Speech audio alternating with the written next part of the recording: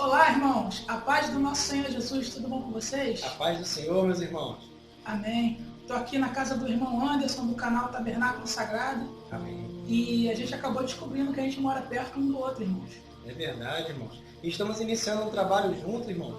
E assim como a nossa união aqui em prol da obra do Senhor, como diz lá no Salmo 133, quão bom e quão suave é que os irmãos vivam em união, que possamos todos nós vivemos em união, porque somos um só corpo, somos membros de um só corpo e Cristo é o nosso cabeça. Que possamos estar sempre unidos, porque isso agrada muito ao Senhor.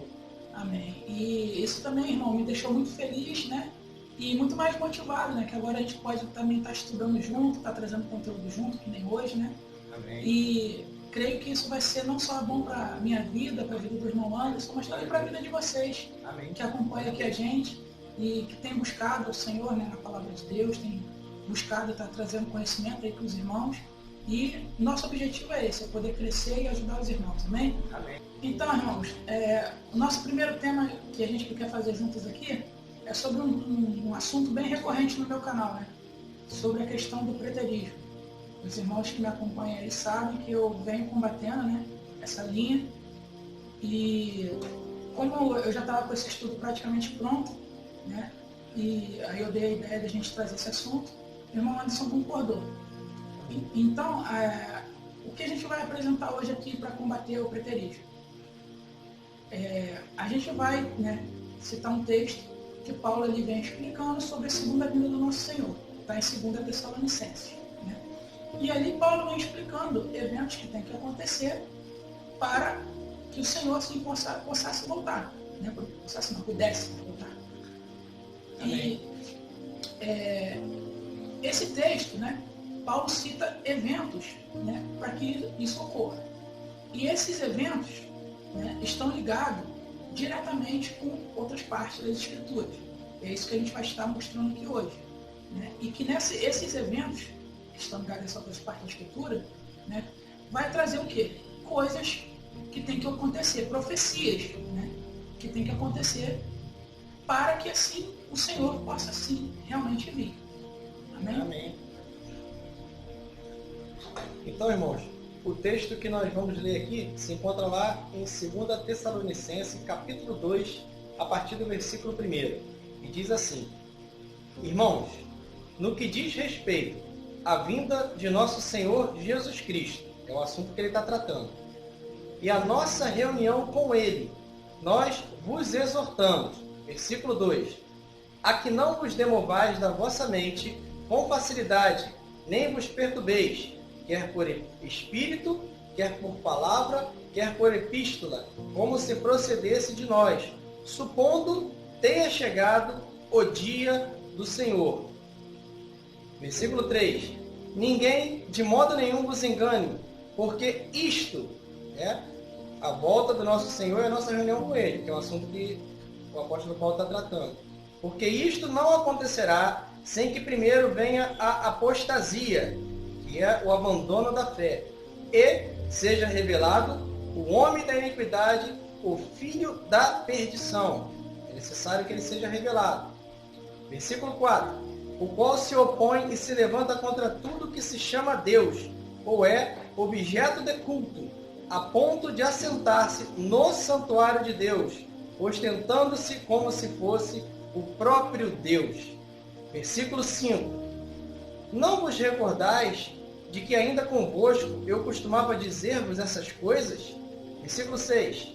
E que agora sabeis o que o detém, para que ele seja revelado somente em ocasião própria. Com efeito, o ministério da iniquidade já opera e aguarda somente que seja afastado aquele que agora o detém. Então será de fato revelado o iníquo, a quem o Senhor Jesus matará com o sopro de sua boca e o destruirá pela manifestação da sua vinda. Amém. Vamos lá, irmãos. Existem pontos aqui que a gente tem que meditar, né? Esse é o texto, né, que é para a vinda do nosso Senhor. Está claro isso.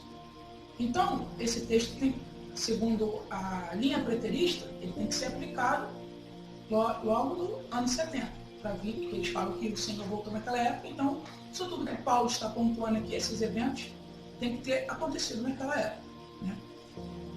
Então vamos lá. Paulo fala que não é para demover o nosso entendimento com facilidade, porque existem eventos que tem que acontecer primeiro para que isso aconteça. Aí ele vai falar primeiro da apostasia, né?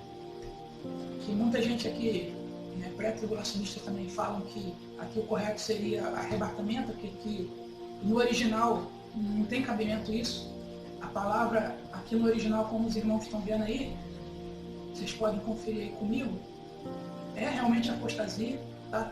E se você fizer uma pesquisa, né, dessa palavra aqui no grego, no original, toda vez que ela repete no Novo Testamento, ela vai se referir à apostasia também.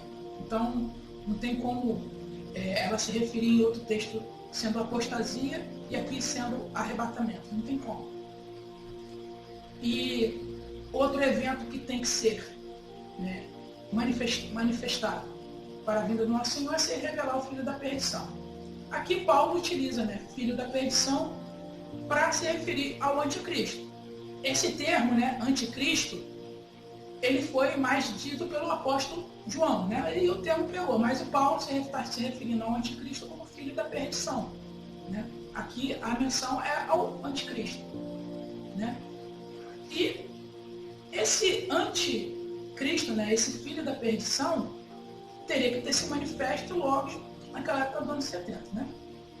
E, se eu não me engano, a linha preterista afirma que esse homem da perdição, se eu não me engano, ou foi Nero, né, que é uma coisa totalmente desconexa, que Nero viveu após o ano 70.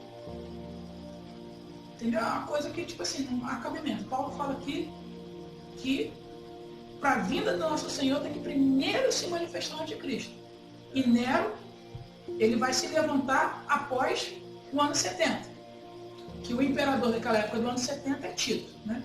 Mesmo que eles falem que é Tito, esse homem da perdição, ele teria que se ostentar ser igual a Deus. E ser adorado igual a Deus. E na história que a gente pesquisa nos relatos históricos, Tito não fez isso. Né? E outra coisa também, que esse iníquo, ele tem que ser dado um juízo contra ele. E quem traz esse juízo é quem? Olha só o texto aqui. Ó. Será revelado iníquo a quem o Senhor Jesus matará com o sopro de sua boca e destruirá ele pela manifestação da sua vinda. Ou seja, se for Tito, essa profecia que for para Tito, o general Tito, ele teria que morrer com a vinda do nosso Senhor no ano 70. E Tito não morreu no ano 70. Vocês fazem uma pesquisa aí, né? Eu já tenho falado isso em vídeos antigos meus, e vou estar aqui falando de novo, que o imperador Tito não morreu no ano 70. E nem pela manifestação da vinda do nosso, suposta vinda do nosso Senhor no ano 70. Então são coisas que, tipo assim, são absurdas. Né? E se essa profecia aqui é para o imperador Nero, como que o imperador Nero foi o imperador que se manifestou após o ano 70, ele está sendo aqui morto pela vinda do nosso Senhor? Vocês já entenderam, né? A desconexão dos fatos. Verdade. Entendeu? Porque Nero viveu após a suposta vinda do Senhor, e como que ele matou Nero pelo sopro da sua boca se ele veio no ano 70? Verdade. São coisas, tipo assim, absurdas, sendo ignoradas. Né? Mas vamos pontuar aqui o que está na mente de Paulo. Né? Logo aqui, já no verso 8, Paulo já está citando um profeta. A referência que está na corizinha aqui, que vai abrir aqui, vai ser Isaías 11:4. Coisas que eu já falei também no estudo passado meu. Então você já vê, né, que quando Paulo está pontuando aqui a vinda do nosso Senhor, ele está citando outros textos das Escrituras. Amém? Então aqui você vai ver que vai estar recheado de texto dos profetas. Aonde está a mente de Paulo? Ó, Daniel 11:36. A outra referência aqui, ó, o qual se opõe e se levanta contra tudo, contra Deus e contra o objeto de culto, no versículo 4. Então, você vê que esses textos que Paulo está citando aqui, vai estar apontando para outros textos, que a gente tem que ir no contexto e meditar, para assim a gente ter a interpretação que Paulo estava tendo. Amém? Amém. E outra questão aqui que a gente tem que se atentar nesse texto, irmão, é no versículo 7, tá? Que aqui, essa tradução, ela está totalmente errada, né? Essa parte aqui. Que no original não está assim, né? Essa parte aqui, né, de Daniel, desculpa, de 2 Tessalonicenses, no capítulo 2, verso 7, né, ela foi traduzida assim propositalmente, porque ela foi interpretada dessa forma. Porque quem interpretou dessa forma, né, tem em mente que aqui vai ter um afastamento do Espírito Santo, porque ele crê, né, que a igreja vai ser arrebatada antes. Então, o copista ele interpretou dessa forma o texto, sendo que aqui no original não é afastado, né? Vocês vão poder conferir aqui, vou até colocar a tela um pouquinho maior, para os irmãos verem, né? Você vê aqui que no original é ginomai, né? E a tradução melhor para essa palavra é tornar-se, acontecer, erguer-se, né? Tem aqui, ó, tornar-se, ser feito. Está escrito aqui também vira a existência, né? Deixa eu ver aqui. Aqui, vira a existência. Então você vê que não é afastado a tradução aqui. Então aqui é vir a existência, né? Olha só, olha o verso 6. Agora sabeis o que o detém, né? Muitos falam que o que detém a vinda do anticristo é o Espírito Santo. Mas o que está na mente daqui do apóstolo Paulo, como a gente já viu, é os profetas, né? Então, ele vai ser detido, né? Paulo está citando, o que está no contexto aqui é o que está detendo o anticristo, né? E agora sabeis o que detém, ligação de contexto, né? Que é a apostasia e a revelação do inimigo, né?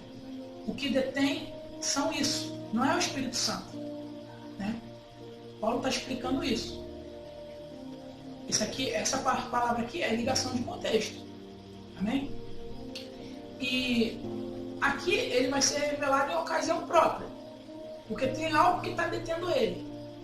E ele vai continuar dizendo isso no verso 7, né? Com efeito, o mistério da iniquidade já opera. Somente agora, aguarda somente ao que seja afastado. Não. Aguarda somente o que ele vir à existência, né? Aquele agora que o detém. Então, irmãos, como diz no versículo 7, com efeito, o mistério da iniquidade já opera e aguarda somente que seja afastado aquele que agora o detém. Vamos dar uma olhada no termo afastado, né? E aí a gente vai ver aqui. Olha, erguer-se e aparecer na história, aparecer no cenário, né? Aí mesmo. Tá vendo?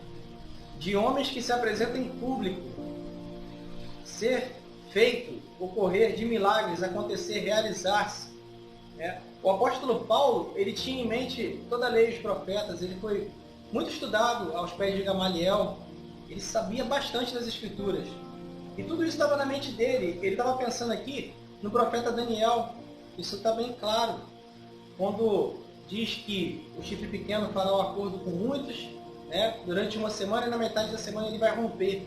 Então, ele vai estar ali se apresentando de uma forma aparentemente boa, vai enganar muitos. Não é isso que Jesus também fala no sermão profético de Mateus 24? Ele vai estar enganando a muitos, ele vai estar produzindo ali benfeitorias, entre aspas, né? Vai estar ali assimilando muitas pessoas para ele, enganando. Nesse momento vai estar sendo, as duas testemunhas vão estar pregando, né? No mover disso, na metade da semana, no romper, quer dizer, no romper disso, na metade da semana, aí ele vai revelar quem ele é de verdade, ele vai aparecer, ele vai erguer-se no meio de muitos. Ele vai vir à existência. Exatamente. Que é o que Paulo está falando aqui na tradução verdadeira. Exatamente. Assim como aquele chifre pequeno nasce no meio de 10 chifres, né, da onde 3 caem, ele está brotando, ele está se erguendo. Né? Aqueles 10 chifres ali é o que? Está em paralelo, a gente vai falar um pouco mais à frente sobre isso, com os 10 dedos da estátua. Tudo isso aqui estava na mente do apóstolo Paulo quando ele estava falando sobre isso. Amém? Eu acho também bem legal o que você disse para mim, antes da gente começar aqui o estudo, sobre a questão da apostasia, né? Verdade, apostasia. Sim, a apostasia, irmãos, como lá no versículo 3, né? Ninguém de modo nenhum vos engane, porque isto, né, que é o assunto que está sendo tratado, a vinda do nosso Senhor Jesus e a nossa reunião com Ele. Isto, né, não acontecerá sem que primeiro venha a apostasia. Apostasia que é o abandono da fé. Como que poderia ali ter ocorrido apostasia no momento em que o cristianismo estava crescendo absurdamente? Ele estava ali tendo muitos que aceitavam, muitos que estavam se tornando uma crescente fértil, né? A fé Exatamente. no Cristo. Exatamente. Como que poderia haver abandono de fé com a fé crescendo muito? Ela se espalhando. E, inclusive, o resultado dessa fé ter crescido é chegar o quê? É chegar a nós. Exatamente. E ainda hoje essa fé está crescendo muito. Né? O cristianismo ele é muito grande, ele se espalhou muito. E, então, irmãos, você vê, né, que aqui o conteúdo de 2 Tessalonicenses está recheado dos profetas. Então, o que a gente vai fazer agora é o seguinte: a gente vai conferir nos profetas esses textos que o apóstolo Paulo está tirando de lá, para a gente ver o contexto e para ver realmente o que o detém. Porque o que Paulo está falando aqui, que o que detém, né, são esses tempos determinados. Porque isso tudo que vai acontecer, apostasia, manifestação, né, desse homem, né, da iniquidade, isso tudo acontecerá num tempo determinado, que Paulo já tinha isso tudo na cabeça e que já tinha explicado para a igreja de Tessalonicenses. Amém? Para que eles não demovessem, né, o entendimento deles com facilidade. Porque havia coisas a acontecer. E essas coisas que vão acontecer, ele já está explicando hoje, nesse estudo. Amém. Só uma observação, uma palavra de Jesus aqui, que ele disse lá em Mateus, capítulo 5, versículo 17 e 18. Não penseis que vim revogar a lei ou os profetas. Não vim para revogar, mas vim para cumprir. Porque, em verdade vos digo, até que o céu e a terra passem, nem um i ou um tio jamais passará da lei, até que tudo se cumpra. Então é necessário que haja cumprimento, é o que o irmão Tiago estava falando agora. É necessário que se cumpra a lei, os profetas, as profecias, tudo que Deus disse jamais passará, tudo tem que se cumprir. Amém. Amém, irmãos? Então já vimos que o apóstolo Paulo tinha em mente ali toda a lei e os profetas, né? E o profeta Daniel também, como um dos profetas. Eu vou citar aqui um texto agora também, que o próprio nosso Senhor Jesus, ele faz referência direta ao profeta Daniel, né? Quando ele começa a falar de grande tribulação. Lá em Mateus capítulo 24, versículo 15, diz assim, Jesus falando, quando, pois, virdes o abominável da desolação, de que falou o profeta Daniel no lugar santo, quem lê, entenda. Então ele faz referência direta ao profeta Daniel sobre isso que nós vamos falar aqui agora. Amém? Então a gente vai lá conferir agora o profeta Daniel, né? Para ver as palavras de Paulo em 2 Tessalonicenses. E o irmão citou aí coisas também que eu já citei no vídeo passado meu, que seguiu a conta, né? Do profeta Daniel. Então a base, né? Que nós temos que ter um entendimento, segundo o nosso Senhor e segundo o apóstolo Paulo, tem que ser o profeta Daniel. Então vamos meditar direitinho no profeta Daniel. Amém. Capítulo 11, versículo 28? Sim, Paulo, a gente vai pontuar aqui as coisas que Paulo estava dizendo ali agora em 2 Tessalonicenses. Então você pode ler aí o verso 28. Amém. Daniel capítulo 11, versículo 28. Então o homem vil tornará para a sua terra com grande riqueza, e o seu coração será contra a santa aliança. Ele fará o que lhe aprouver, e tornará para a sua terra. Então a gente vê, irmãos, que esse homem vil, né, que eu acho que esse texto aqui tem um contexto. Para a gente saber qual é o contexto desse texto, a gente tem que ler praticamente o profeta Daniel todo e entender. Né? Você vê que lá Paulo cita esse homem vil como o homem da iniquidade, né? E esse homem vil aqui, do contexto, né, de Daniel 11, é o chifre pequeno, que vai aparecer pela primeira vez em Daniel capítulo 7, né? Que é ele que vai vir e vai fazer guerra contra os santos, né? E vai se tornar o quê? Contra a Santa Aliança. Entendeu? E em Daniel 7 a gente vê que ele faz isso o quê? Na metade da semana. Então é esse o tempo determinado que ele vai o quê? Se manifestar, se revelar. E é isso que Paulo está dizendo lá em 2 Tessalonicenses. Entendeu? Que ele ali é a ocasião própria dele poder se manifestar. Amém. Pode continuar lendo aí a partir do 30 agora. Amém. Daniel 11, versículo 30. Porque virão contra ele navios de Quitim, que lhe causarão tristeza. Voltará e se indignará contra a Santa Aliança, e fará o que lhe aprouver. E tendo voltado, atenderá aos que tiverem desamparado a Santa Aliança. Agora aqui, é um ponto muito importante, o versículo 31. Dele sairão forças que profanarão o santuário, no lugar santo, quem lhe entenda, a fortaleza nossa, e tirarão o sacrifício diário, estabelecendo a abominação desoladora. Aos violadores da aliança, ele com lisonjas perverterá, mas o povo que conhece ao seu Deus se tornará forte e ativo.